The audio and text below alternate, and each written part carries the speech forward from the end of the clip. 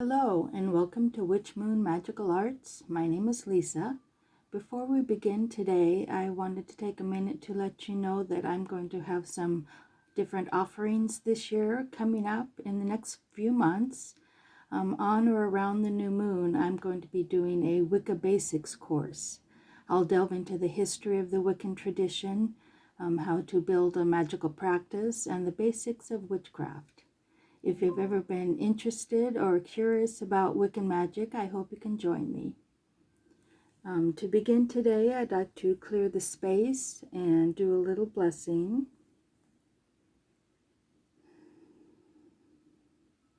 I call upon the Lord and Lady to be with us today. I call upon spirits and elementals, ancestors and guides. Be with us during this reading.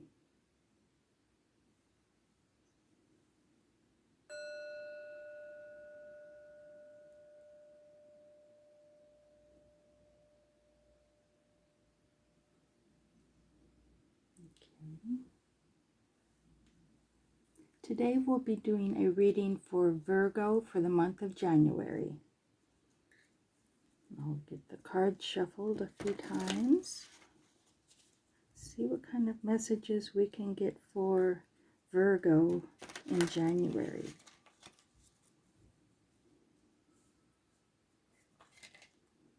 Virgo in January. Messages for Virgo in January. Okay. And what I'm going to do is a traditional Celtic cross layout. I'll lay the cards out and then we'll go through them. First card, Queen of Swords,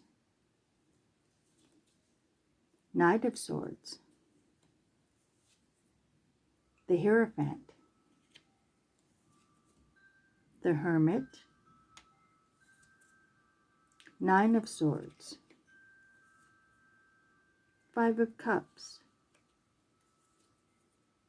Eight of Cups, Seven of Cups, Three of Swords, and the Emperor. Okay. So I'm seeing a pattern already here, but let's begin with the Queen of Swords and the Knight of Swords. These two cards represent the situation or the question you have in mind, and also the challenge you have for that, to overcome that question or that situation. The Queen of Swords is all about clear thought. She's very direct, has a very intellectual, very knowledgeable, being an air sign from the swords. It just shows that you are in a very good position to make the right decision right now. The thing that is crossing, or the challenge card, is the Knight of Swords. Again, it's about thought and clarity. But with the Knight, he's a fast-moving energy. He is on a direct path towards something. He may not know exactly where he's going yet, but he's on a direct path forward. And with his Queen of Swords energy along with him, it's going to be very intellectual, very thoughtful, the decision-making will come easy to you. Now, the Hierophant and the Hermit are in positions that surround the whole reading. And I'll show you these two cards. The Hierophant is the teacher. He teaches in a structured manner. He holds the keys of knowledge, and he uses that knowledge to teach people to come up behind him, to pass this knowledge on to others. So that's his key. And the Hermit is similar to the Hierophant in that there is a teaching quality to the Hermit.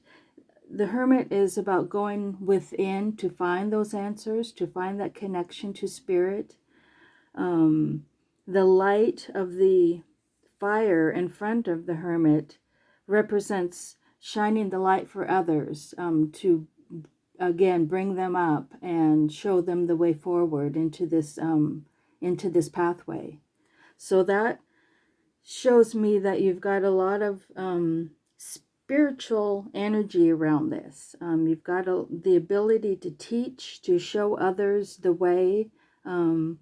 It's a lot of clear and direct energy with these swords right here. But these two cards on either side, the Nine of Swords and the Five of Cups, I'll show you these ones. Nine of Swords is something that has been keeping you up at night. You're worried about something. You're just coming out of this period of worrying and excessive worrying to where you can't rest. You can't get the thought out of your head. And then you're coming forward into a time of sorrow. So these two cards and another one coming up represent some kind of thought pattern and emotional sorrow that you're going through. I'm trying to see if I can... and it's not clear yet what that is. But I'll get to that in a moment. We've got the Eight of Cups down here, showing me that you still need work. You still have work to do. You are, you've got all these cups here, but there's a piece missing. There's something missing in this, in this stack of cups, and you have to go on an inward journey, like the Hermit, to determine what that is.